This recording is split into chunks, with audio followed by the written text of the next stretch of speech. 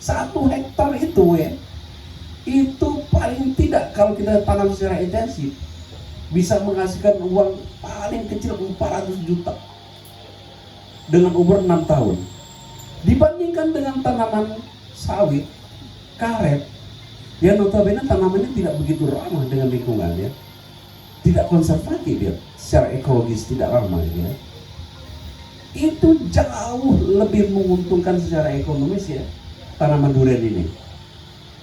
Oleh karena itu ya, saya begitu mengapresiasi apa yang dilakukan oleh Alinda Dr. Nasrullah ini ya, yang jauh-jauh dari Jakarta, duitnya banyak ya,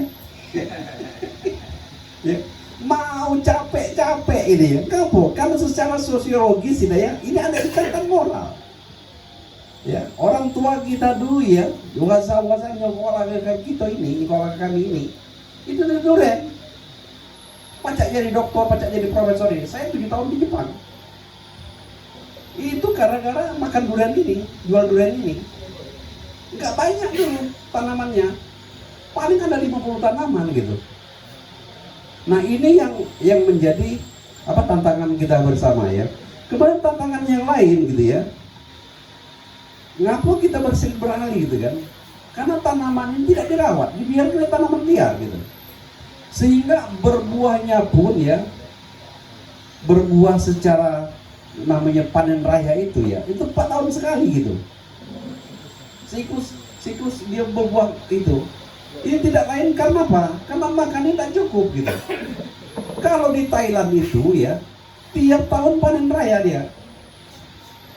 Kenapa? Makannya cukup. Tidak tradisional. Nah kita ini ya, meras tanaman baik ya, tapi tidak memberikan ya sisa-sisa uang tersebut untuk mereka hidup gitu, karena mereka makhluk hidup juga gitu ya. Mereka butuh pupuk. Kalau pupuk sintetik baik Pak, tanaman tidak akan lama tumbuhnya. Dia harus dibantu juga dengan pupuk organik, pupuk alami gitu ya. Nah ini yang dilakukan oleh Alinda Dr. Nasrullah ini, dan kami begitu mengapresiasi ya. Nah yang lain juga ya, saya lihat juga ya, tanaman-tanaman durian yang umur 100-200 tahun ya, itu cenderung punah ya karena penyakit tanaman. Ini menjadi perhatian kami ya. Kami ya melakukan riset ya di bidang duku ya. Sekarang ini ya duku rupit, duku musi banyu asin ya, yang umurnya sudah 100 tahun, itu banyak yang mati karena serangan penyakit ceratosisis yang mati mendadak itu. Salah satu penyebabnya ya, itu adalah ya karena penyakit-penyakit bawaan dari tanaman-tanaman hutan, tanaman industri. Mohon maaf Pak, itu teman-teman di hutan ya, yaitu akasia, yaitu penyakit ceratosisis ya. Setelah mereka menanam akasia, tanaman akasia dibuang, ceratosisis ini akan mencari inang-inang lain gitu ya. Ini ya. Nah ini juga yang menjadi tantangan kita, bagaimana tanaman tersebut ya. Problemnya ya, tanaman itu sering ya dibiarkan tumbuh merana gitu. Dibiarkan dia pecah-pecah, sehingga inokulum penyakit yang ada di akasia atau di tanaman-tanaman lain ya dibawa oleh serangga, dibawa oleh tupai ya, yang hobi tupai ini ya sering mengasah giginya ya di kulit-kulit kayu ya. Kalau dia mengasah ke tanaman yang sakit tadi, pindah ke tanaman yang sehat, otomatis tanaman yang sehat ini ya dalam waktu setahun atau 5 bulan, 4 bulan ya mati juga. Itu yang menjadi tantangan kita yang kedua, yang ketiga gitu ya. Dan tantangan yang lainnya alih fungsi tadi, kan tidak menghasilkan duit tadi ya, karena tidak rawat tadi ya. Jadi tanaman karet, tanaman sawit, yang hasilnya ya 1 hektar itu sawit itu ya, paling banyak kita dapat duit 2 juta atau 1 juta ya. Aku benar punya 10 hektar ya. Sebulan. Ya. Jadi kalau dibandingkan dengan tanaman durian 400 juta, tapi intensif. Saya yakin bisa itu, ya, intensif. Dan nanam durian itu jangan durian yang jelek-jelek, durian unggulan tadi. Ya, makanya ya teman-teman yang durian unggulan tadi, dosa segan-segan bagikan juga bibitnya ke yang lain. Dan ini bisa kita ekspor, bisa kita jual di Malaysia, bisa kita jual di Singapura, bisa kita jual di Jepang. Di Jepang, aku 7 tahun di Jepang, 1 juta durian tuh. Memang tidak ada banyak orang makan durian dia karena baunya pusai gitu ya, terlalu tajam, belum terbiasa mereka ya.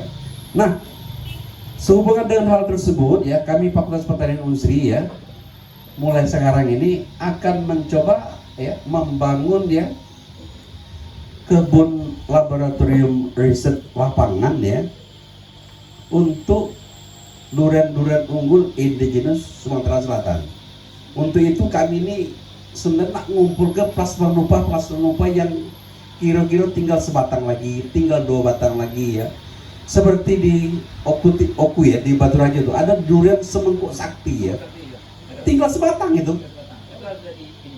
Sekarang udah banyak, ada yang 100 iko, 200 iko tiap tahun diperbanyak oleh Dinas Pertanian ya. Itu akan saya kumpulkan di Fakultas Pertanian Unsri ya rencananya, satu atau paling tidak 20 batang ya. Kemudian di Lahat itu ada linseng ya. Kemudian di Linggau ini super ya, banyak ian ya. Apalagi ada nama-nama baru tadi ya, yang LKD tadi kan. Iya durian entok, kayak ada durian macam-macam, kayak tambah lagi ya, kayak durian yang di tempat Dr. Nasrullah ini ya.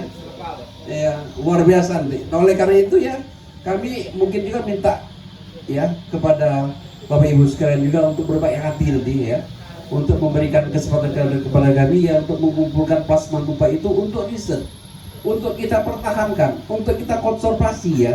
Kalau seandainya hilang kalau durian di Linggau ini ya, ada di Unsri. Pajak kita bagikan. Perguruan tinggi itu bukan untuk komersial, bukan untuk jualan, tapi juga untuk konservasi dan mempertahankan ya kekayaan alam yang diberikan Tuhan yang luar biasa ini. Saya betul-betul khawatir sebagai orang pertanian ya, hilang kalau di kaki itu.